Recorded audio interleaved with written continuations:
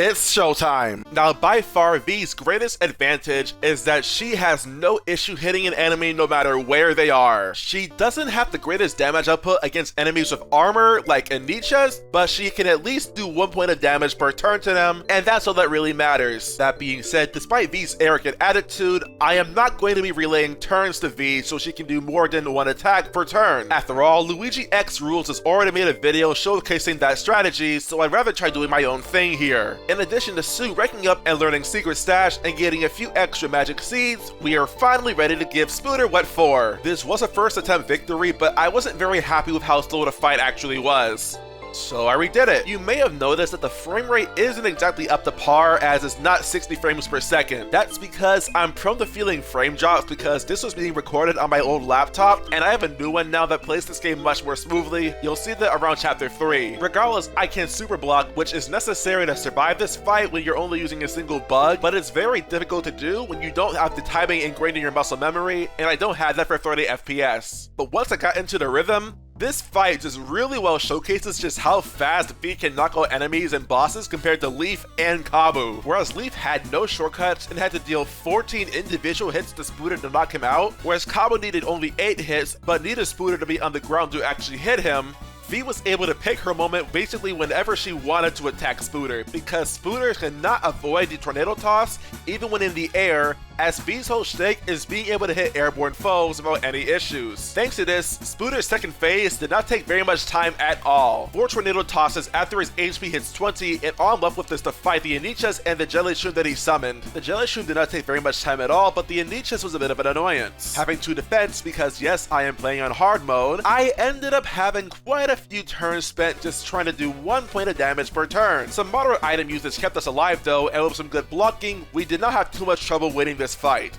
Though be warned, the rest of this run isn't all just honey and paint. It actually gets pretty difficult, at least up to chapter 6, but before that, we're gonna have some fun explaining exactly what we have to go against. This leads us nicely into chapter 2. The Wasp Scout just south of the Golden Path is a pretty tough opponent. 10 HP and 2 defense is quite a lot this early in the game, especially when your basic attack can only do 1 point of damage per turn. Before this fight, I made myself some spicy fries because being able to boost my attack stat means that Tornado Toss can actually do something in this fight. Tornado Toss takes your base attack power, reduces it by 1 point, and then hits 4 consecutive times. Without the spicy fries, I would do absolutely 0 damage with this move. But with the spicy fries, I'm able to do 4, while also in addition healing my HP. I also needed some luck because there was a lot of lag here and it was really getting in the way of my action commands, not just defensively, but also offensively. So I had the hope that both Leaf and Kabu took some of the attacks away from V, so that she can actually survive long enough to win the battle. And unfortunately, this is not the only wasp that will cause us a lot of trouble. There's a certain diaper girl and her simp that will make that a lot harder for us. Trust me when I say that. By the way, this game was throwing at me a lot of golden ceilings, which I can't physically do anything about with only using V in every battle, because her tornado toss only does damage on the first hit and nothing else. I do beat one, but I did have to use all 3 bugs with King Steakmouth, and I only did it because I figured it'd be a good time to get footage for a video I'm going to be editing later on, because I'm pretty sure that there are at least some people in my audience that would like to know how they can handle golden ceilings more reliably. Don't worry though, I'm not using this tanky berry for anything at all, at least until after we're able to knock them out more consistently, because V does learn moves to do it, but she needs her needle moves first, because those moves actually can hit multiple times. Aria actually was really hard for some reason. Actually, I can't say some reason. I had a lot of issues with lag in this fight. Again, except here, it was a lot more intense. Sometimes Aria's attacks like her high jump kick were literally a blur, and I just could not find any way of timing that accurately. Also, having only Kabu and no Leaf meant that I had less HP to fall back on, and the mini boss that can hit really hard and summon help that can also lull you to sleep is one thing, but mixing lag which handicaps the player into that too, and the fight becomes unfair. I didn't want to have to do this, but I had to make more items to survive for longer, which I just don't like to do because, as I said before,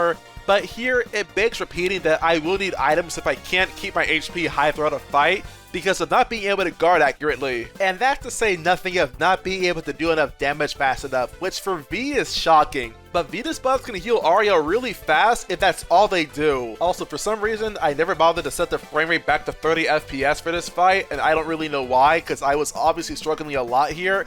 I guess I was just really freaking stubborn. I don't know, does this frame rate bother you though? Because I'll be honest, while it bothers me a lot, I wonder how much of my audience actually is actively watching these videos with their eyes and not just listening to them all. This is just one of those things I can't help but wonder. And now for the diaper girl and her simp, I'm talking about Beeauty and Zasp. This fight was hard. This fight actually does an extremely good job at showcasing V's biggest weakness. She has a very hard time dealing with multiple targets at once, especially when both targets are competent attackers. Like, the Venus Bud isn't really much of an attacker as much as it is just support, but Arya still does hit pretty hard where that fight was still pretty difficult. Here, Zasp can already hit really hard, especially if you try targeting Beeauty first, and Beeauty can also hit really hard, especially if you're not in the back where you can use back support. Also, since Zasp has defense, you may want to knock out Beeauty first so that she can't revive him every time he goes down, because whenever she does revive him, V's at a loss when it comes to damage because of how much time it takes for her to knock him back down. And at that point, V is already very far wounded, so it's very likely that not too long after, she's going back down to the earth. And that's about mentioning that Zasp is a literal bully that is taunting V to make her not use her special moves. There was only one way I'd be able to win this fight. I had to use Heavy Sleeper. Heavy Sleeper is a medal that makes it so that you take less damage, but you heal like thrice as fast as if you didn't have the medal. The only catch being you cannot wake up from being attacked. My problem is that I had to be able to heal both HP and TP simultaneously, and most other items I had access to couldn't really fill that role, especially since ideally I want to reach max HP by the end of using an item, not just say half of my max, whereas I immediately have to heal again after getting hit by Zasp again because he hit so hard. Drowsy Cakes fitted my need to a T, and it actually made it possible to survive this fight even when I only had 1 HP left and I had to be on my A game with these blocks. If I missed a single block near the end of this, or at least one other more block, I'd be dead. This fight was absolutely brutal, and a lot of the footage that I had shown for this fight originally in my Vi Only series does not do it justice. But rest assured, this is a serious candidate for the hardest fight in the entire run. Definitely harder than Venus Guardian in any case though. Yet again, this fight had a lot of lag, and taking 6 damage from a 3-hitting attack because you cannot competently super block is a freaking problem. But her damage output aside, this was another fight where I ended up having to use Heavy Sleeper, not because I needed the extra HP regeneration, but it's because I was not able to survive because I just could not block worth my life. And in this boss fight, I was able to take advantage of a little exploit, whereas for some reason, if Venus Guardian is airborne, Tornado Toss and Hurricane Toss, and really any attack that V can use, does additional damage per hit. Like, instead of doing 1 damage per hit, it does 2, and instead of 2, it does 3. And since Venus Guardian does not summon a Venus Bud if it's still in the air once its HP reaches a low enough value, well, let's just say that V had the easiest time in this boss fight, all things considered, even if she had to deal with a lot of lag. But no hard feelings, right, Lady Venus? Let's have a picnic together. See, though, isn't this a delightfully fun time? I sure do love to spend time with my god. Goddess, sorry, this is 2021. But yeah, I got the prayer medal because I thought that immediately after doing this, I'd be able to challenge Monsieur Scarlet. I was dead freaking wrong.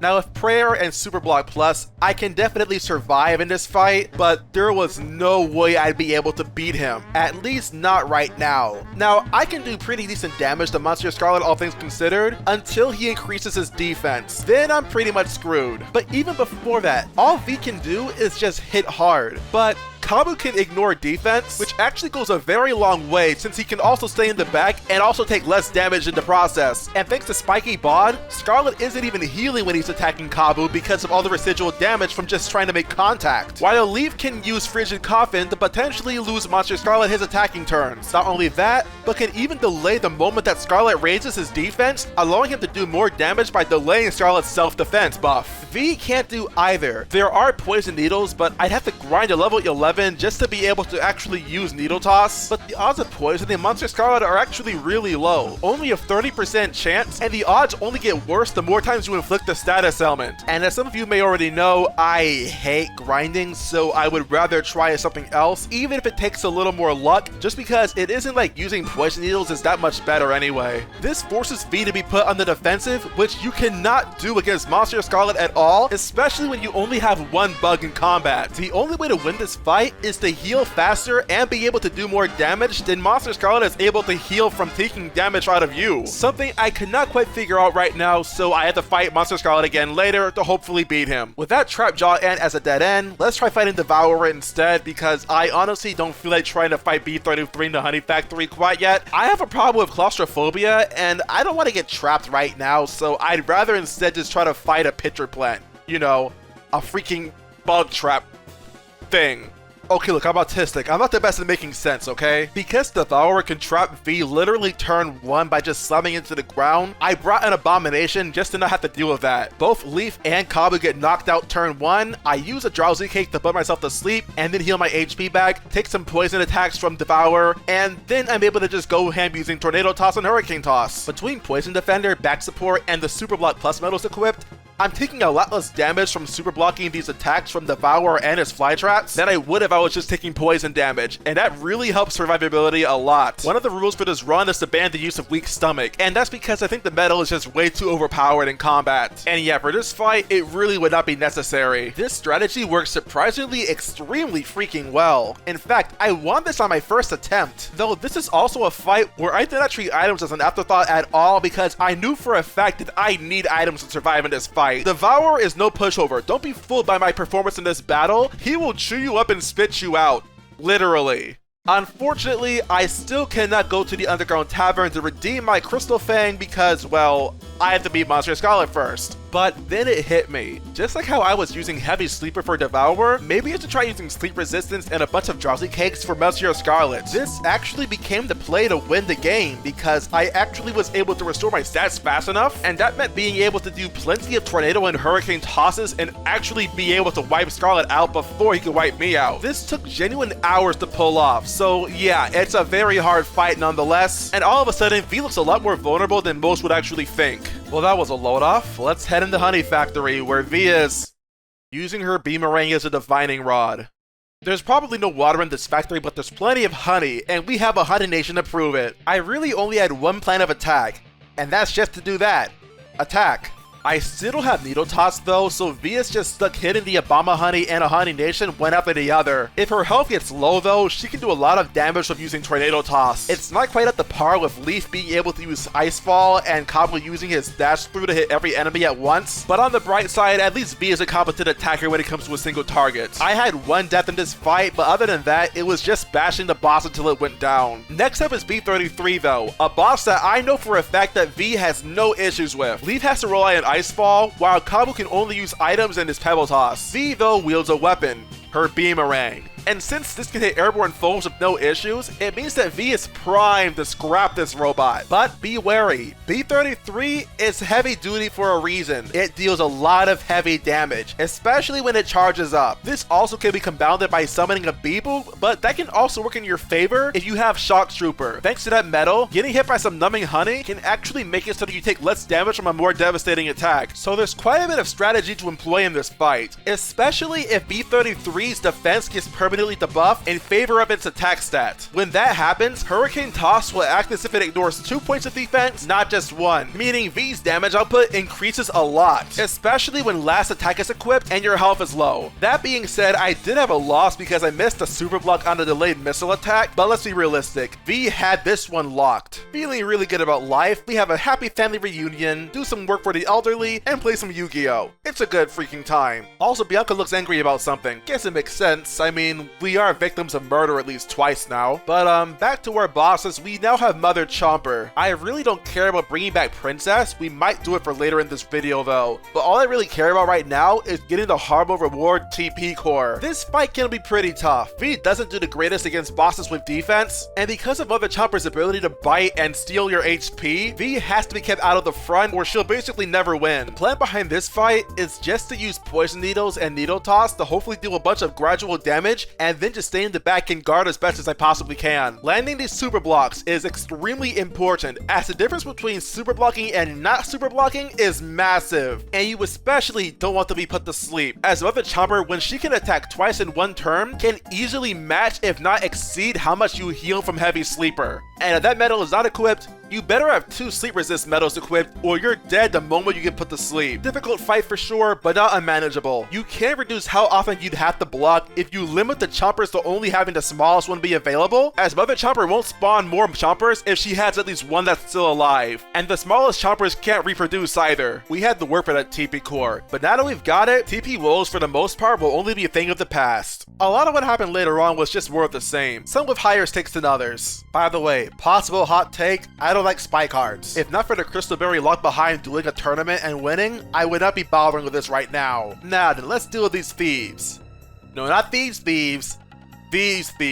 Send in PC. Not the most eventful fight, but the ability to regenerate my TP super fast and heal myself with secret stash really came in handy. Also, with that rock wall and the way that PZ can create, it's kind of difficult to aim with your needle toss, but at the very least it can hit if you have good accuracy. All in all though, we're chilling like villains. This was a first try victory. Let's move on in this run. Callie and Cabo saw me use needle toss a lot, though a few stray hits did hit Cabo, even though that Callie is the only target that really matters here. Nonetheless, very easy fight, and it gets this heavy throw, which is a good move for V to have. Not really sure how much I will use this move, but it should be good to have, but I don't want to use the needle attacks, which is not often, but hey, it's a medal to get, so I may as well get it. Same with Broodmother, except there's even less of a reason to bother with this fight, because Miracle Matter is completely useless when you only have 1 bug for every battle. But I did it anyway, because why the heck not? After all, I do have to level up, so it was worth my time. And often being airborne isn't a problem for V when she can hit a target no matter how high up they are in the air. It was also nice to have Shock Trooper in this fight with TP Core, because being paralyzed and having no risk of taking damage because of Shock Trooper just means I get TP back more easily without having to worry about taking damage in the meantime. Now, let us all finally get back into that story, right? Astophiles. No items, no problem. Even without Kabu, V has no problem piercing Astophiles' defense when he has his guard up because of V's poisonous and piercing needle toss. Easy mini boss, especially with the coveted TP core. Oh, and fun fact, Secret Stash still works here, and thank Venus for that. Dune Scorpion though was a toughie, which I owe a lot to just not knowing how to super block this mini boss's attacks. I think I lost like half a dozen times, which is not more than Zastrin Matava, but definitely more than I'm used to. I tried lots of different things in this fight, but my TP just could not hold out for long enough. I think the real kicker though is that there was no beneficial status to get hit by, at least that was reliable, and Dune Scorpion cannot be poisoned to my knowledge. Dune Scorpion also having a natural defense point just means that V's damage output is overall a lot worse. Even with Heavy Throw that reduces defense point by 1, meaning a Hurricane Toss does more damage, I don't have that much TP to run with, and I don't really like using items too much either, so yeah, I was pretty stripped for resources. Especially since Heavy Throw only reduces defense for 2 turns, counting the turn you inflicted the status element. In summary, this boss fight was difficult, and I'm impressed. Kudos, Bug Fables. And now for the Watcher. All things considered, difficult boss. Definitely the most dangerous boss to face when your HP is low, because the Watcher can steal your HP and add it to its own when it uses its Cyclone attack. Also, the elemental barriers and ability to increase its defense set at will makes gradual damage very tempting, which sucks because that wall blocks both Needle Pincer and Needle Toss pretty dang well. This is actually one of the few bosses where I invested in getting items like Crispy Donuts. It's that hard, and you know it's so because I almost never invest in items. That fight was hairy. Very hairy. And what's to come is not gonna get any easier. Even the smooth bosses. Enter Tidal Wyrm. This bounty was difficult for all the wrong reasons. V is the only member of Team Snatemouth that cannot target Tidal Wyrm's tail without using items in battle. Leaf has Ice Rain, Kabu has Understrike, all V has is Needle Toss, which can't hit foes behind other targets. This is problematic, not because of the fact that the tail can keep spawning projectiles, because honestly, that's not a hard super block to get, and the attack doesn't do a lot of damage at all if you get the super block. In fact, it does absolutely nothing. No, it's a problem because Tidal Wyrm will not stop attacking you. Now, if I was good at super blocking the bite attack, this wouldn't be a problem, but I'm not good at it. So the damage I take is exceptionally high, and I would die, and die, and die. A lot. The only advantage that V really had was Poison Needles, which is a good thing that we can't poison Tidal Wyrm because it has a lot of HP, especially for this point in the game. Over 100 is nothing to scoff at, especially when you spend so much time trying to heal yourself because you otherwise cannot keep up with the damage that Tidal Wyrm is inflicting on you. I won't sugarcoat it, this fight was brutal. Thank goodness for having Sleeper allow me to keep my HP up. Though when Tidal Wyrm is a boss that gives me trouble, yeah, Vi looks a lot more vulnerable than she normally would. On the other side of the toxic spectrum is Zomoth. The fact that even if you super block the blight magic that Zomoth can spout out at you, you still get your attack drop is a really big freaking problem. Though as I would later on learn, probably not as big of a problem as I thought it would be, due to a little quirk with needle moves like Needle Toss and Needle Pincer when your attack stat is either less or above neutral. But we'll talk about that later when we fight the Seedling King. So this is a fight where Poison Attacker and Defender were actually both exceptionally good medals. I need both of these medals to counterbalance the damage I'd be taking, as well as my attack drop because of always getting it lowered every time I get hit by Zomoth's attacks. Something vital when Zomoth has a whopping 110 HP on hard mode. It's also a good thing that Zomoth can be poisoned, or else this fight would be borderline unbearable. I've also been getting experimental by trying to use Frostbite in this fight. Not the most reliable medal with all the projectiles that Zomoth can use, but it does at least help me get some extra free turns, which is very welcome when this fight can turn into a 1v2 because of Zomoth summoning something like Zombeetles. This fight wasn't quite as bad as Tidal Wyrm, but as you'd expect, this boss fight would not be easy, especially not this early in the game. Keep in mind, I never actually got robbed by hooks yet. I'm still in chapter 4, so I only have access to one poison attacker. Keep that in mind when making your evaluations on Vi's power. Anyways, we are in no position to try fighting Seedling King yet, so let's actually start chapter 5. But not before making peace with our sister Joan.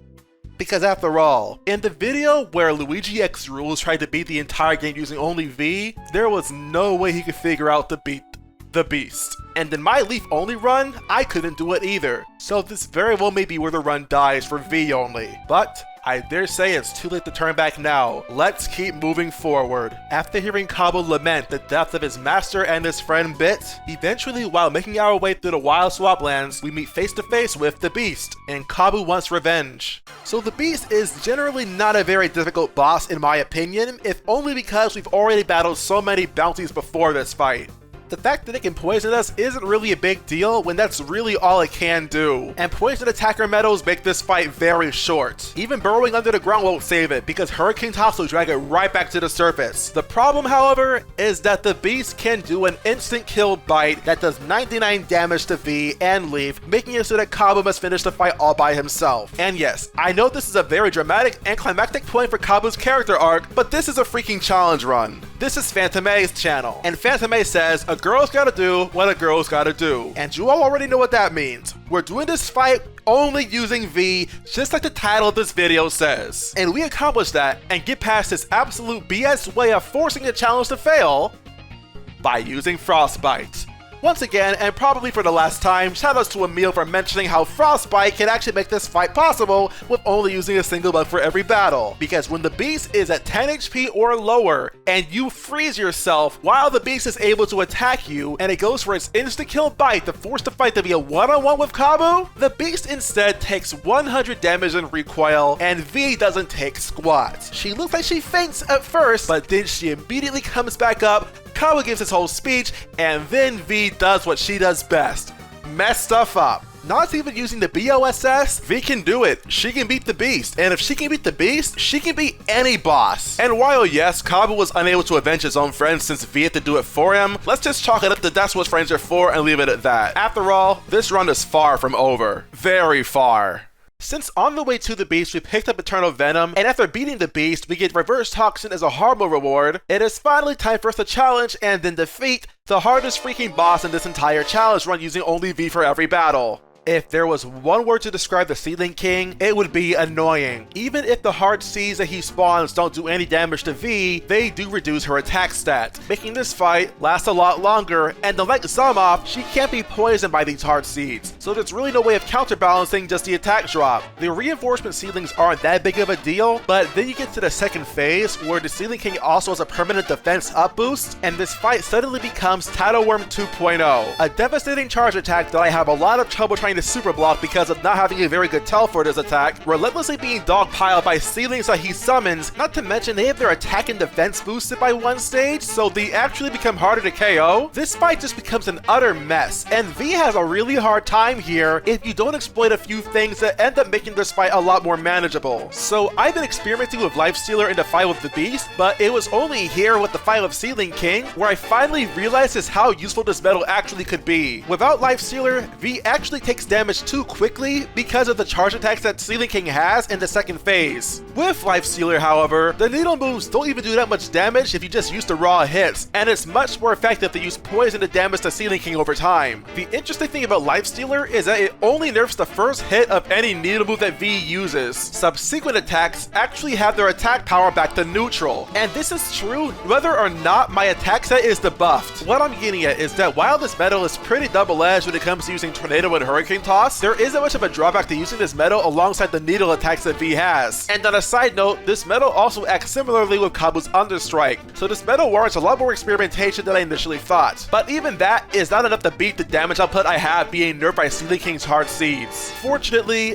this is a boss fight where we can use the poison medals to very good effect, and it's all thanks to spawning something called an underling. And yet again, V's needle moves are actually superb here. If you strike an underling with V's needle toss and then hit the Ceiling King with your other attacks, the underling will still burrow under the ground, and once it hits V inevitably, it will poison her, and that activates your poison medals if you have them equipped. Just like that, we go from struggling to get by to being able to flourish and bloom, but only if our action commands are completely on point. Otherwise, we are still very much possible to knock out even with all the poison medals active. Eternal Venom, Reverse Toxin, Poison Attackers, Poison Defender, you get the idea. We have them equipped, and we're gonna use them to utterly throttle this boss fight as much as we can. It was not easy at all, but once we beat the Ceiling King, before I forget, let's talk about Riz, alright? Being inked is no fun, and when it happens, I can't poison him with my poison needles. And as you already know by now, I don't like using items very much, so yeah, I was oftentimes just not given very many options to fight with. But then I get poisoned, and then, well, say hello to make a Beedrill without the Pokemon. And now then, there's still I think one more boss we have to talk about, and it's Carmina. Don't get stun locked by something that's entirely not your fault. Maybe invest in Heavy Sleeper just in case it happens to you. Not much else to really say, just don't get unlucky, I guess. Okay, enough beating around the bush. Well, here's a confession. I wanted to do this boss fight before Chapter 6, because after Chapter 6, this run goes from being moderately difficult to pretty dang hard to an absolute cakewalk.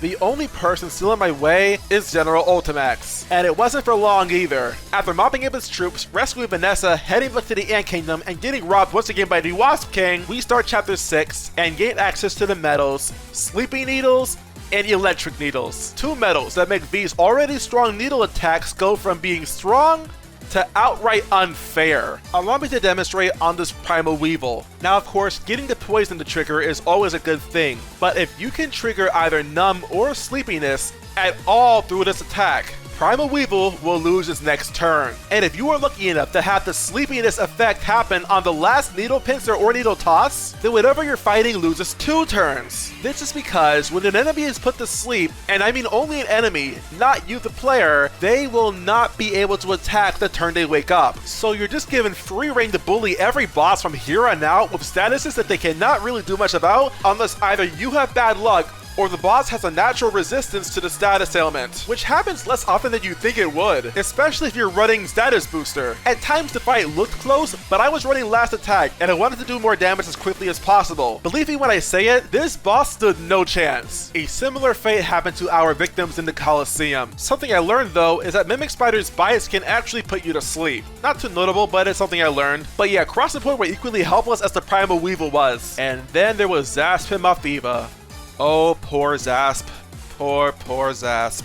He fought hard for the first 3 turns, but after I knocked him out, it was just a downward spiral for the poor guy. Mafiva just would not let him rest in peace. She kept reviving him, and like a 1000 degree knife through butter, V would throw her needles right at him, and then right through him, into Mafiva, and hitting her instead, which is amazing because despite the fact that this is a solo bug run, V is not being halted short because of being forced to attack Zasp every time he gets revived. She is able to cut right through him and hit Mothdiva instead, and if she gets status by either numbness or sleepiness, let's just say I hope she really enjoys her acupressure. Stay mad all you want, it's the best you can do under these circumstances, just as long as you acknowledge that you're in the presence of a real queen bee. Now there of course is a story that we can address, but I want to instead fight some bounty, so let's try out the False Monarch. You can't poison it, but you can numb and sleep it. What a trade-off. It's actually a really good thing that we can get poisoned in this boss fight, because otherwise I highly doubt we'd be able to manage all the Mothflies. Should they return to False Monarch, it'll heal 4 HP, which is actually enough to heal off 1 hit of Needle Toss. And that's if we're poisoned with Poison Attacker medals equipped. Beyond that though, we just beat down the False Monarch using our needle attacks, and eventually we win. The fight itself wasn't that long, but the ability to keep myself poisoned and survive for as long as I did really helped a lot. And then there's Peacock Spider, which the most I can say about this bounty is that it's not easy to hit her using your needle toss thanks to the bubble shield that the diving spider can summon at will. Getting past that, this has always been one of the easiest bounties in the game.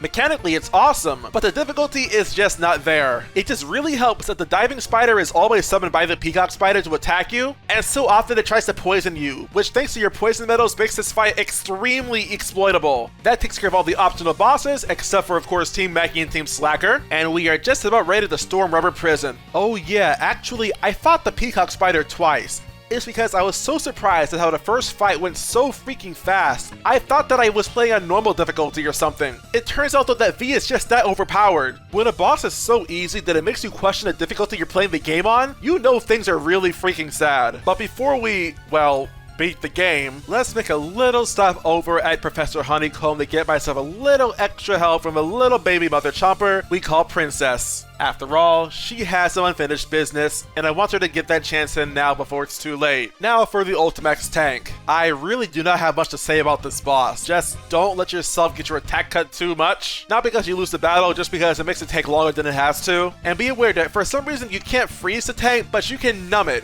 I don't understand why you can, but you can, so hey, take advantage. Also, Wasp Troopers have a bigger hurt box than they really should have. Can make them really annoying to try hitting your needles around. Aside from that, nothing else really happened in this boss fight. Just we're bashing the tank until it eventually is destroyed, and then we'd be Ultimax himself. Nothing to it, but to do it. A few more final touches were then made to V, from getting some extra medals that could be useful, to permanently increasing her stats, and we find ourselves at the beginning of Giant's Lair and the Deadlands. For once, fighting Deadlander betas requires no TP usage. It's just such a crazy feeling to not have to worry about them being airborne anymore. And as you probably expect, the Deadlander ambush has everything that V needs to be an absolute monster. Not only can the Deadlander beta poison her, but she can still numb all these enemies all the same. A few well-placed stabs and we're on our way. Same old with the fire constructs too. A few well-timed needle tosses and we get through without any issues. And hey, it's just like I said, this run becomes an utter cakewalk when we have access to the needles that actually can stun enemies. Some may be disappointed, but I'm having a lot of fun with this run right now. But it's around here that our stun-locking Sashay reaches a bit of a stop, as now we are confronted with the final boss, the Wasp King.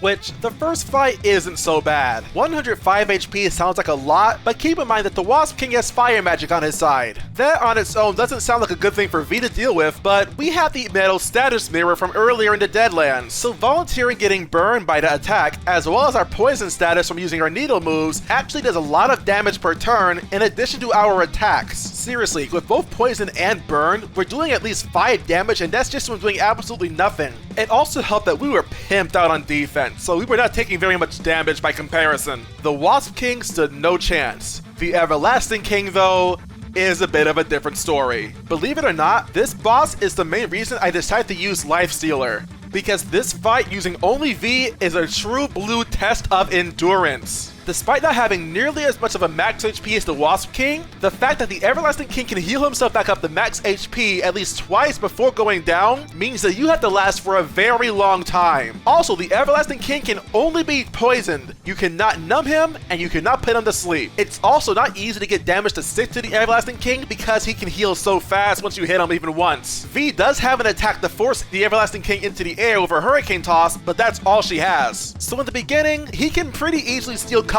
and leaves HP if he wanted to. I'd also like to advise not using your needle attacks, at least not needle toss, when the Everlasting King has an artifact guarding him, as it will eat up basically every single hit you can dish out before it goes down, and then you're just kind of stuck with having to use your turn on the one artifact and not actually attacking the boss that you have to beat the game. At the very least, being able to poison him does offset his ability to heal off being on the ground. I guess it's a good thing I brought a bunch of berry smoothies as well, because I was using TP very fast, and I just felt like it's the final boss, I should just have some fun and get a lot of items just in case I need them. And at least for TP restoration, I was right. If only because we can only hope to match the Everlasting King's ability to heal when he's on the ground using our basic attack. And that's if he doesn't heal from trying to steal our HP. So yeah, TP became pretty necessary in this final boss fight. Almost as important as TP was in real life at the start of this pandemic. HP not so much, because I'm actually pretty good at super blocking this guy's attacks. But yeah, you can never have enough TP if you ask me. Though as always, it's thanks to Status Mirror and the ability to burn the Everlasting King back that gives us the most of our damage. This boss fight was long.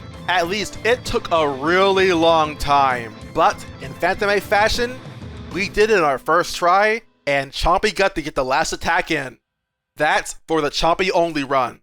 So yeah, go figure, you can beat the entirety of Bug Fables The Everlasting Sapling using only V for every battle. But what about those super bosses? What about Team Slacker and Team Mackie? I don't know about you, but I want to see how those fights go, so let's do it. So here's a bit of a tip that I picked up from Coop. Team Slacker loves to doze off, right? So put them to sleep.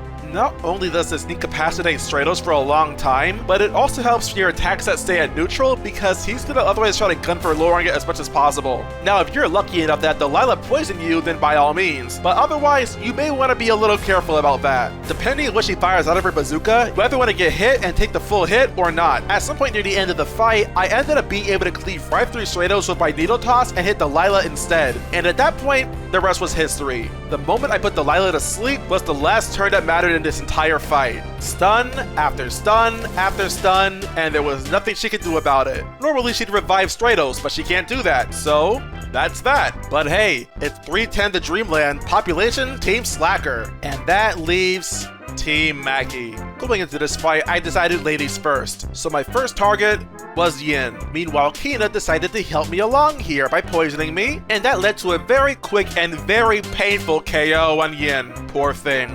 Next was Kina, who without Yin got absolutely freaking hammered. Yeah, Mackie was doing more damage, but my defense was so freaking high it didn't really matter. At this point, V is nothing short of a lethal weapon, and it didn't take long for Tornado and Hurricane Toss to do their thing and knock Kina out. This just leaves Mackie all alone, forced to confront a bee that is going to paralyze him into submission. And for a single bug, the damage is absolutely ridiculous. And all it really took was a few repeat needle pinchers and Team Mackie was defeated. And that is the entirety of Bug Fables The Everlasting Sapling over and done with. For more awesome Bug Fables content, you can watch my Chompy only video.